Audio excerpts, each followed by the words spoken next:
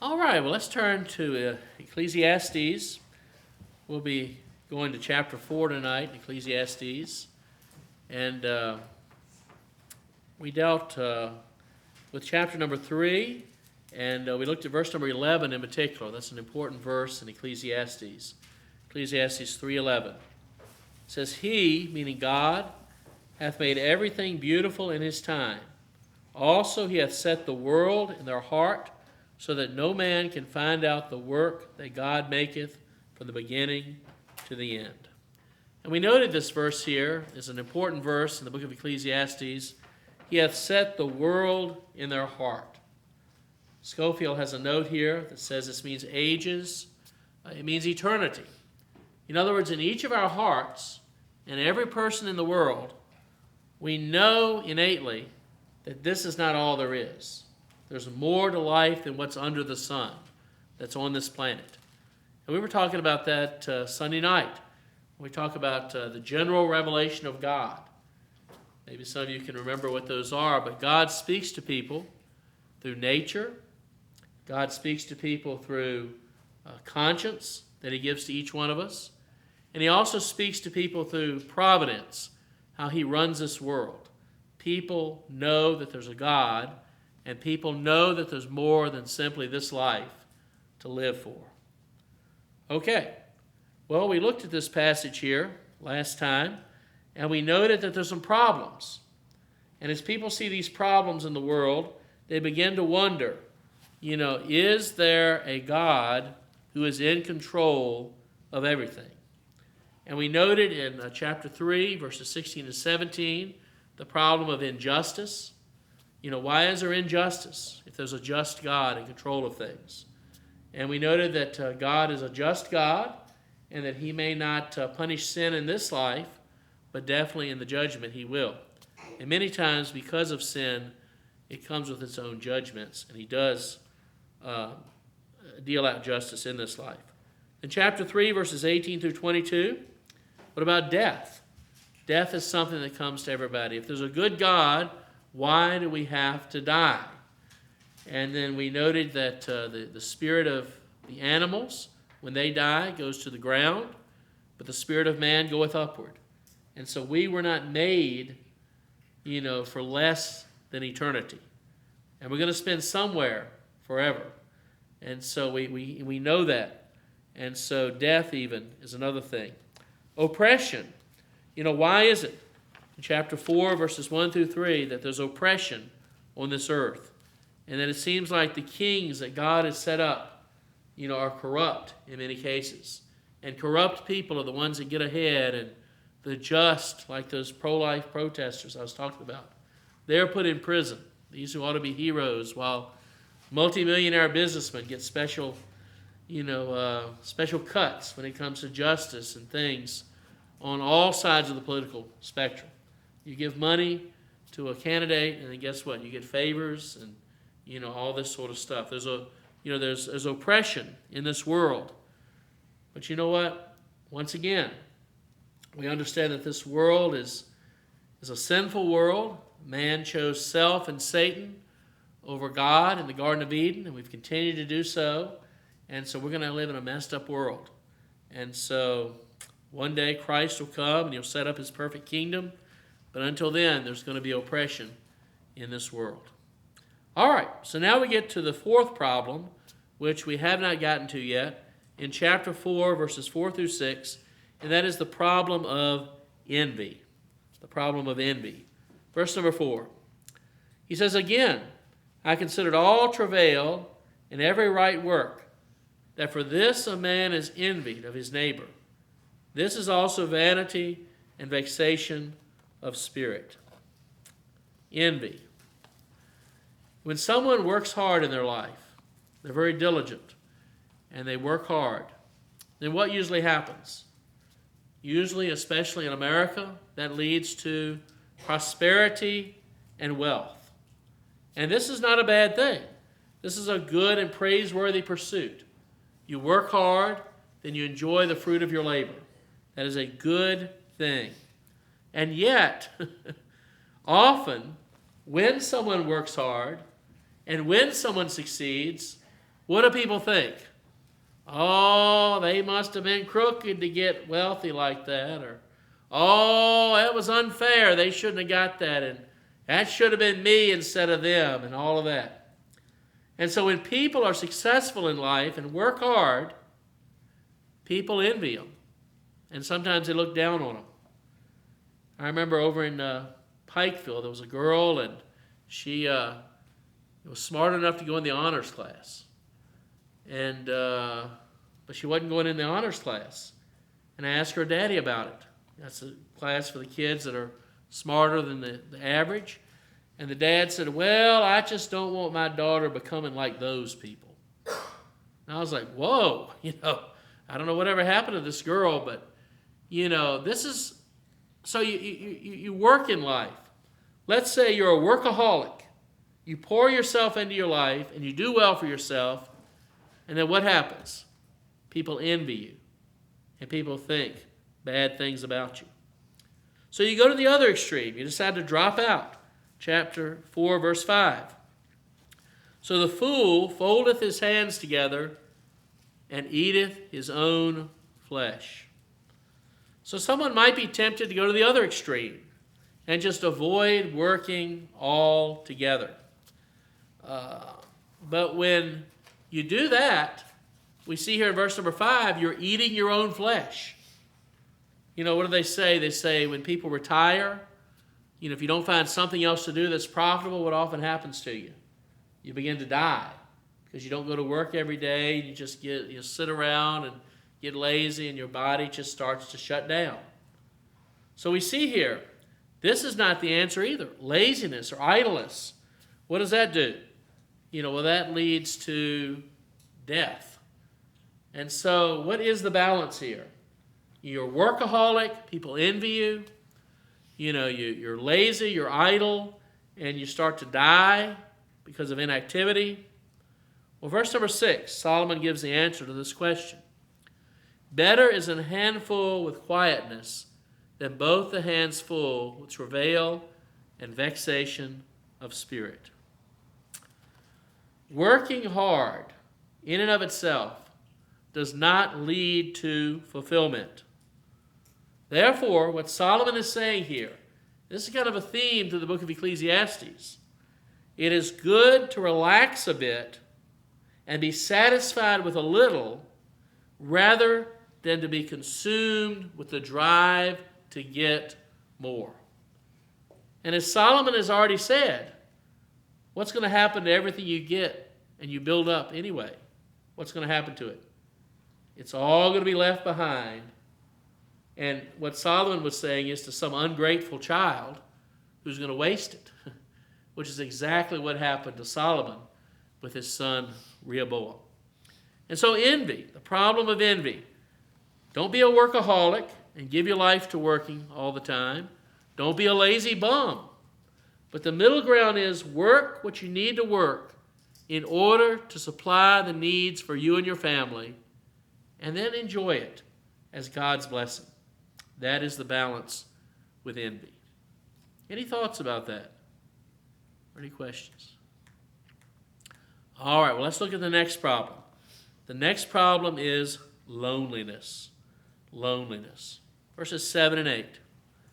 Then I returned, and I saw vanity under the sun. There is one alone, and there is not a second. Yea, he hath neither child nor brother. Yet is there no end of all his labor. Neither is his eye satisfied with riches. Neither saith he, for whom do I labor, and bereave my soul of good? This is also vanity, yea, it is a sore travail. Some people in life work so hard that they give up many pleasures and enjoyments. And yet, they work hard, they give up their pleasures and enjoyments, even to the extent that they don't form relationships with other people. And so they're working hard, they're giving up and sacrificing to work hard with their life, and they get to the end, and they have nobody. Loneliness. This is a problem we see in our society. We think about, especially the young people who are here, God's normal way is to find someone and get married and then have a family and have children. In some cases, that is not God's will, but that is the normal way you go about, and you pray for that if that's God's will for your life. Because, you take little Zach there. Here he is. He says, I want to be a millionaire. I want to be a millionaire. That's what I want in my life. I want to have $1 million. And he works, and he works, and he works, and he works. He gets his first million, and he says, you know what, this is easier than I thought. I'll just get my second million, And so, he gets it, and he, buys that, midnight blue Cadillac I've always wanted. And, here he is, he's a millionaire, and he gets to the end of his life. He's worked hard. And what does he have if he doesn't build relationships with other people? He has nothing. And that's what Solomon is saying here. Why am I working so hard when I have no one with whom to enjoy it? That is a question that Solomon is dealing with here. And so in verses 9 through 12, Solomon demonstrates the benefits of companionship. 2 are better than 1 because they have a good reward for their labor. Teamwork provides a greater reward than any individual alone can achieve. And that's one thing I'm thankful for with Heather. We have different strengths. And so, there's strengths that I have, and there's strengths that she has. And you work together, and you can get far more accomplished. The kids ought to be thankful they have a mother who, and they ought to be thankful they have a dad. A mom is usually what? Traditionally someone who's more loving and more gentle, and the dad's like, let's move it along, let's get it done. The mom is embracing, while the dad's like, all right, do something with your life, right? And there's that balance there in the home that every kid needs. And so we see here, 2 are better than 1. And he gives some illustrations of this. It says here in verse number 10, for if they fall, the one will lift up his fellow, but woe to him that is alone when he falleth, for he hath not another to help him up. If one person falls, then he needs a friend to assist him. It's a good thing. Verse 11, again, if 2 lie together, then they have heat. How can one be warm alone? And so this is simply talking about, if you have a cold spell or whatever, you can lay together and you can keep warm. 2 can keep warm. Verse number 12, if one prevail against him, 2 shall withstand him, and a threefold cord is not easily broken. So here we see a solitary person is vulnerable to attack. But 2 people are stronger together, and if you have 3 people, it provides even more support. So here we have it. The idea of the self-made person is highly overrated. Facing life alone may seem heroic, but the challenges of life go better when we have people with us to help bear our burdens. When I think about the self-made man, I think of the author, Jack London. I remember Trey read the story he wrote, To Build a Fire. And it was about this young man who was strong in the Yucatan, up in the north, in Canada. And he said, I'm going from point A to point B. And the old man at the general store said, no, you can't make it. One man should never travel alone in the winter like it is in Yucatan. And he said, well, I'm stronger than nature.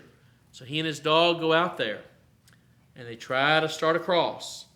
And things happen, and his matches or whatever get wet, and finally he falls over and dies, and his dog just keeps on going. He'd mistreated his dog, And so his dog wasn't helping him either, because he was going to cut his dog open and put his hands inside so his hands didn't freeze. Anyway, it's kind of a weird story. But the idea of Jack London is, I can by myself do everything I need done. And we think about, what is it that we have? Even if someone is single, what is it that you have to help you that God has set up? And that is the local church. The local church should provide a network of people who in the hours of need can be there to support you and to help you through this life. Look at Galatians chapter number 6. Galatians chapter number 6.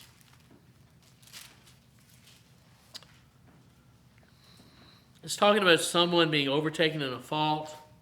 It's talking about restoring them to fellowship in verse number 1.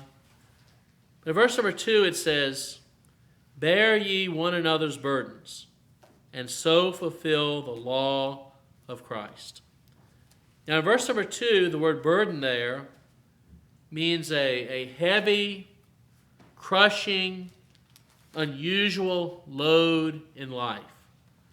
In other words, if something happens to another believer, another Christian in particular, but also to someone unsaved as well, then we are to be there to support them in this hour of unusual burden and need.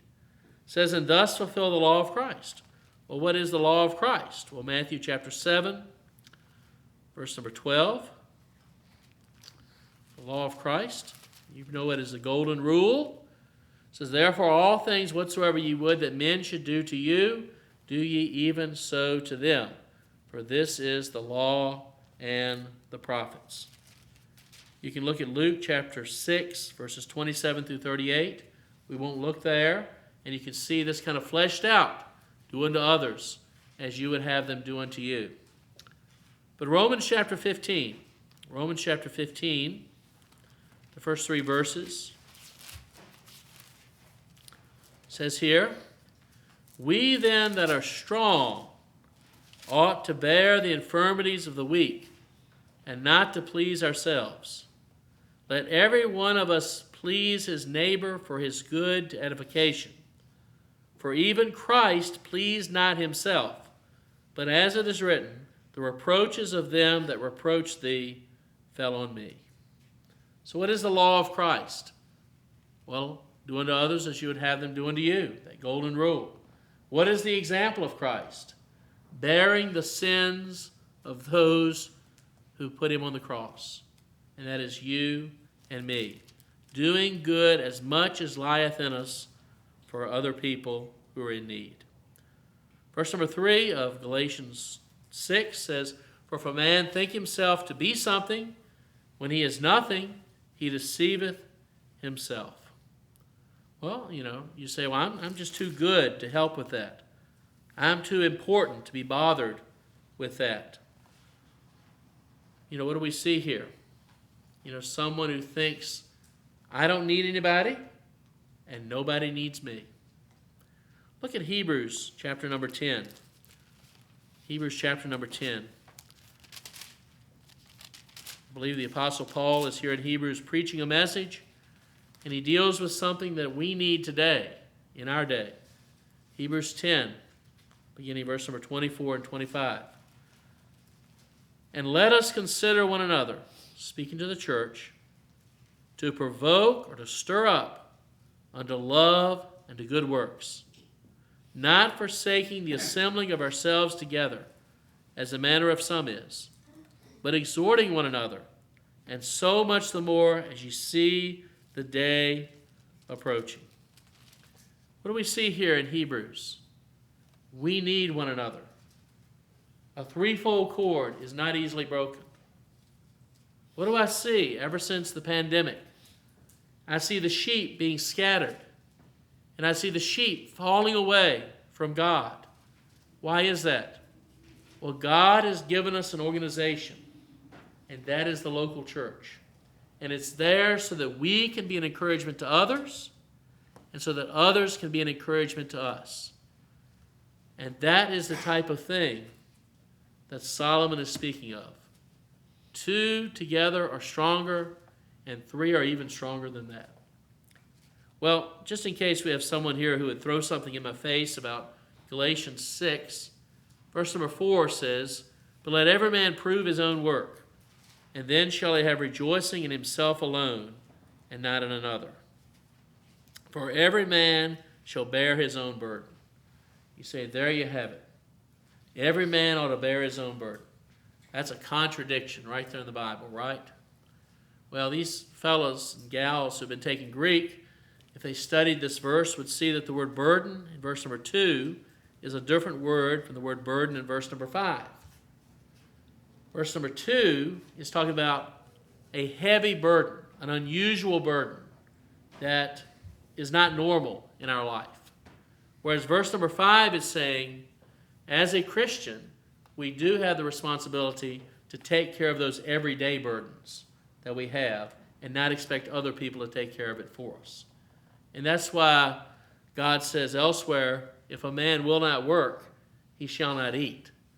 And so in the early church, they had all things common, and every once in a while, you would have a problem with someone who was a freeloader, just kind of mooching off the church and not doing any work. And that's when Paul said in, I believe, his letter to the Thessalonians, if a man will not work, he shall not eat. He also said, talking about your family, that if you do not take care of your family and their needs, you're worse than an infidel. You're worse than a heathen. And so there are burdens that we are called to bear. Heather and I are called to parent our kids, okay? And we take that burden by God's grace. You're not called to parent my kids.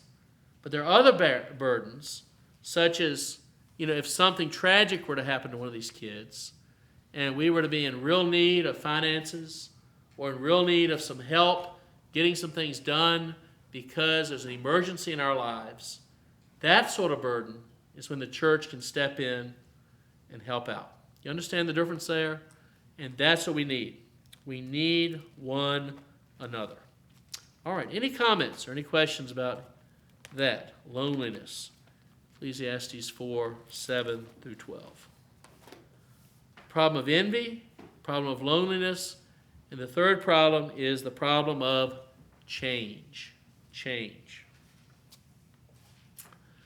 Let's look at verse number 13. Better is a poor and a wise child than an old and foolish king who will no more be admonished.